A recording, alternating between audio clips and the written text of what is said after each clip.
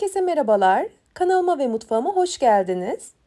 Bugün sizlere annemin yıllardır yaptığı nefis cevizli börek tarifiyle geldim. Fırın kullanmadan tavada hazırladığı bu böreği bir defa denediğiniz takdirde çok beğeneceğinizi düşünüyorum. Tarifte kullanılan malzemeler açıklama kısmında mevcut.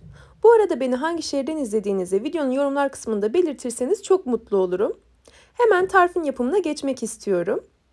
Yoğurma kabına ilk olarak bir adet yumurtayı alalım. Üzerine 1 çay bardağı sütü ilave edelim. Ardından yarım çay bardağı sıvı yağı ekleyelim.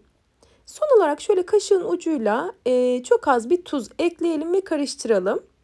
Kullanmış olduğum çay bardağının ölçüsü 100 mililitre. Birazdan su bardağıyla da un ekleyeceğim. Su bardağının ölçüsü de 200 mililitre. Yani evlerimizde olan klasik bardaklardan. Ardından unu ilave ediyorum. İlk olarak 1 su bardağı unu ekledim. Üzerine 1 tatlı kaşığı kabartma tozunu ekliyorum. Ve şöyle 1 yemek kaşığı kadar üzüm sirkesi ekledim. Elma sirkesi de ekleyebilirsiniz. Bu malzemeleri karıştırıyorum.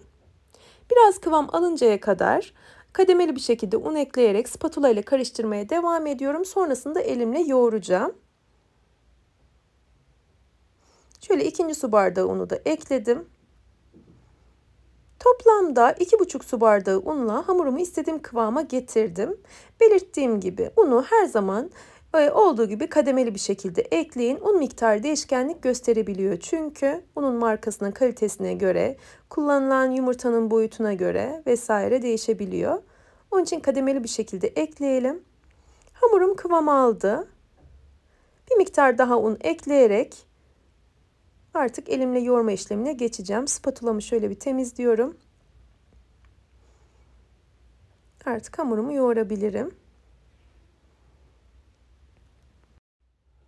Çok kolay yoğrulan bir hamur. Yoğururken sizi zorlamayacak bir hamur. Gördüğünüz gibi az malzemeyle hazırladığımız bir tarif. Aynı zamanda hamurunda çok fazla bir malzeme yok. Hamur toparlandıktan sonra birkaç dakika boyunca yoğurmaya devam edelim. Bunu da her zaman ifade ediyorum. Bu tarz tariflerde hamuru ne kadar güzel yoğurursak dokusu o kadar güzelleşecektir. Hamurun kalitesi artacaktır. Hamurum toparlandı ve ben hala yoğurmaya devam ediyorum. Belirttiğim gibi şöyle 3 dakika 4 dakika boyunca hamurumu yoğurduktan sonra geldiği hal bu. Daha tok bir hamur oldu gördüğünüz gibi. Hamurumun dokusu daha da güzelleşti. Sizlere yakından da göstereceğim. Ele yapışmayan, ne çok sert ne de aşırı yumuşak bir hamur. Gördüğünüz gibi hamurumun kıvamı bu şekilde. Artan un miktarı da bu kadar. 3. su bardağından toplamda 2,5 su bardağıyla hamurumu istediğim kıvama getirdim. Hamurumu tezgaha alarak bezeleri oluşturacağım şimdi. Şöyle elimle uzun bir form verdikten sonra bir kesme aparatıyla ya da bıçakla bölelim. Toplamda 5 eşit parçaya böldüm. Oluşturduğum parçaların boyutlarını eşitlemeye çalışıyorum. Elimle şöyle bir yokluyorum. Küçük olanlara takviye yapıyorum büyüklerden. Sonra hamurlarımı elimle yuvarlayarak beze haline getireceğim.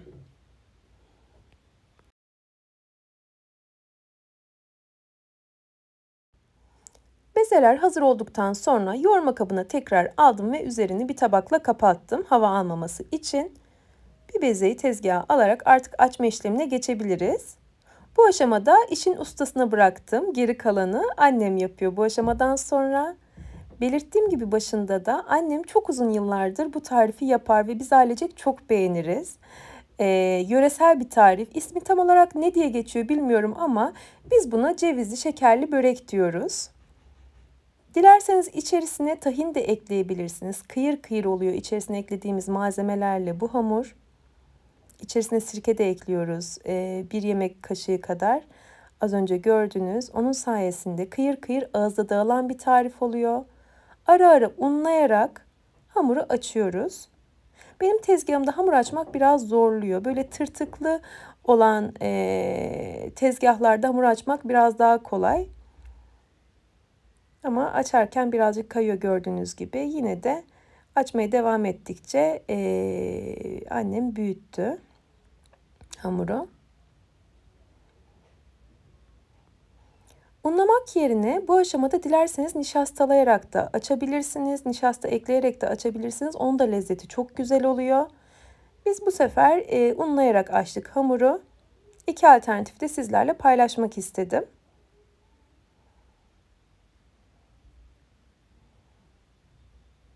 Normalde annem çok daha hızlı açıyor hamuru ama benim tezgahın gazabına uğradığı için birazcık zorluyor. Hatta söyleniyor bu aşamada. Ben sesi kıstığım için duyulmuyor söylenmeleri. Normalde eski sofralarda biz sofra deriz, sanıt deriz hatta. Onlarda açmak çok daha kolay oluyor. Çünkü eski dokuları olduğu için biraz da tırtıklı hale geliyor o sofralar. Onlarda açmak çok kolay oluyor ve yufkalar çok muntazam bir şekilde açılıyor. Açabildiğimiz kadar açalım, inceltebildiğimiz kadar inceltelim bu aşamada.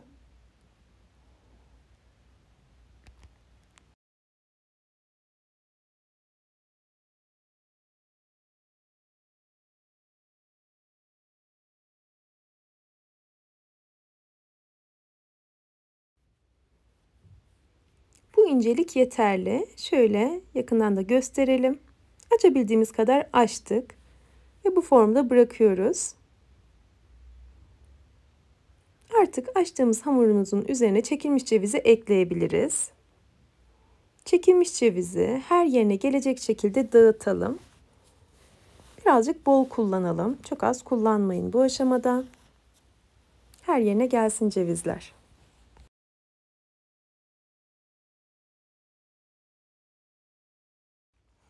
Ardından cevizin üzerine şeker ekleyelim. Şekeri de aynı şekilde ceviz gibi her yerine gelecek şekilde dağıtalım.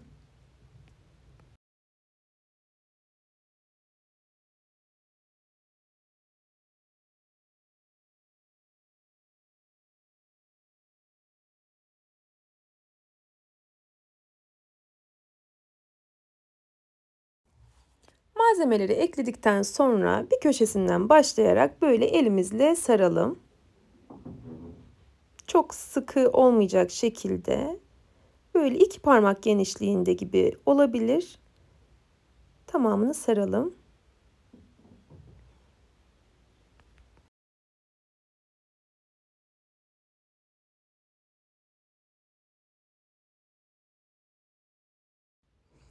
Ardından bıçakla ikiye bölerek hazırladığımız börekleri, börek hamurlarını ayrı bir tepsiye alalım. Birazdan kızartacağız. Hepsi hazır olduktan sonra geniş bir tavaya 1 çay bardağı kadar sıvı yağ alarak kızdıralım.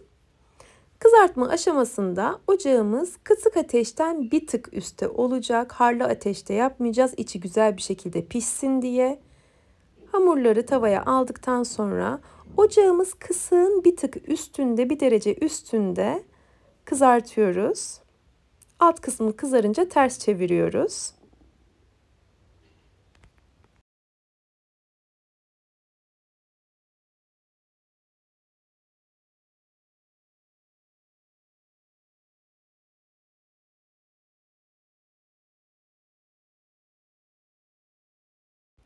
Alt kısmı da pişince ocaktan alıyoruz. Çok uzun sürmüyor zaten pişme süreci de.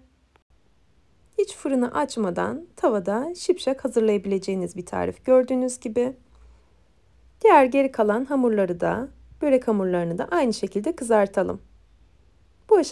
Bu aşamanın tamamını göstermiyorum. Sıkıcı olmasını istemem videonun. Aynı şekilde kızarttıktan sonra servis kısmına geçeceğim. Sizlere iç dokusunu da göstereceğim. Böreklerimiz pişti. Artık dilimleyebiliriz. Şöyle üçgen bir form vererek dilimliyoruz. Annem buna muska böreği dediklerini de söylüyorlar. Eskilerde muska böreği derlermiş.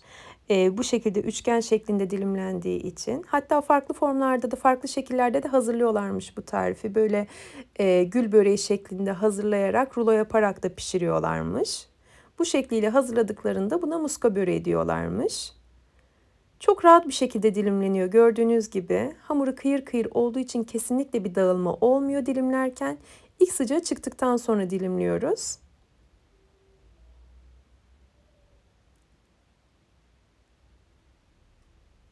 Ben denediğiniz takdirde lezzetini çok beğeneceğinizi düşünüyorum. Gerçekten Yani benim damak tadıma çok uyan bir lezzet. Bir defa yemeye başlayınca kendimi durduramıyorum. Hatta çok güzel oluyor. Bir kere denemenizi öneririm. Şöyle yakından da dokusunu sizlere göstermek istiyorum. Umarım bu tarifi denersiniz ve beğenirsiniz.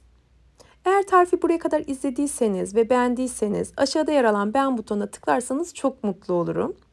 Ve hala kanalıma abone değilseniz yine aşağıda yer alan abone ol butonuna tıklayarak yanındaki bildirim ziline basarsanız yeni tariflerimden anında haberdar olabilirsiniz. Yeni tariflerde görüşmek ümidiyle. Sağlıkla ve afiyetle kalın. Hoşça kalın.